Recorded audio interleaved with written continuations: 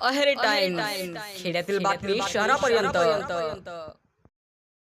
नीट UG परीक्षेतील कथित गैरव्यवहार, पेपरफुटी प्रकरण आणि विद्यार्थ्यांच्या विविध मागण्यांवरून देशभरात सुरू असलेल्या आंदोलनाच्या पार्श्वभूमीवर केंद्रीय शिक्षण मंत्री धर्मेंद्र प्रधान यांनी आपल्या पदाचा राजीनामा दिला आहे.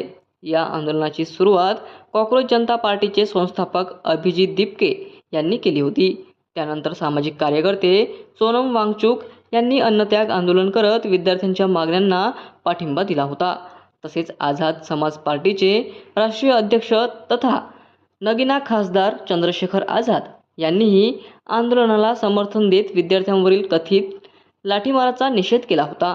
अभिनेते प्रकाश राज यांनीही आंदोलनात सहभागी होत विद्यार्थ्यांच्या लढ्याला प्रत्यक्षात पाठिंबा दर्शविला. दिल्लीतील जंतर मंतर येथे सुरू असलेल्या आंदोलनाला देशभरातील विद्यार्थी, शिक्षक, सामाजिक कार्यकर्ते आणि नागरिकांचा मोठा प्रतिसाद मिळाला. अनेक राज्यांमध्ये शांततापूर्ण निदर्शने करण्यात आली. राजीनाम्यानंतर प्रसिद्ध करण्यात आलेल्या पत्रात धर्मेंद्र प्रधान यांनी विद्यार्थ्यांचे हित, राष्ट्रीय जबाबदारी आणि सध्याची परिस्थिती लक्षात घेऊन नैतिक जबाबदारी स्वीकारत हा निर्णय घेतल्याचे म्हटले आहे.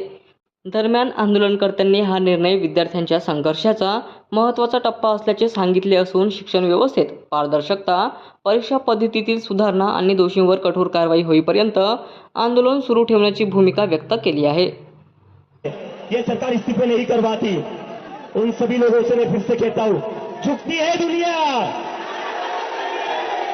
और इस देश के युवा ने दिखा दिया है, अगर वो एक साथ आ जाए तो किसी को भी झुका सकती है, किसी का भी इस्तीफा ले सकती है. मैं मोदी जी से कहना चाहता हूं, सुबह हो गई मामो,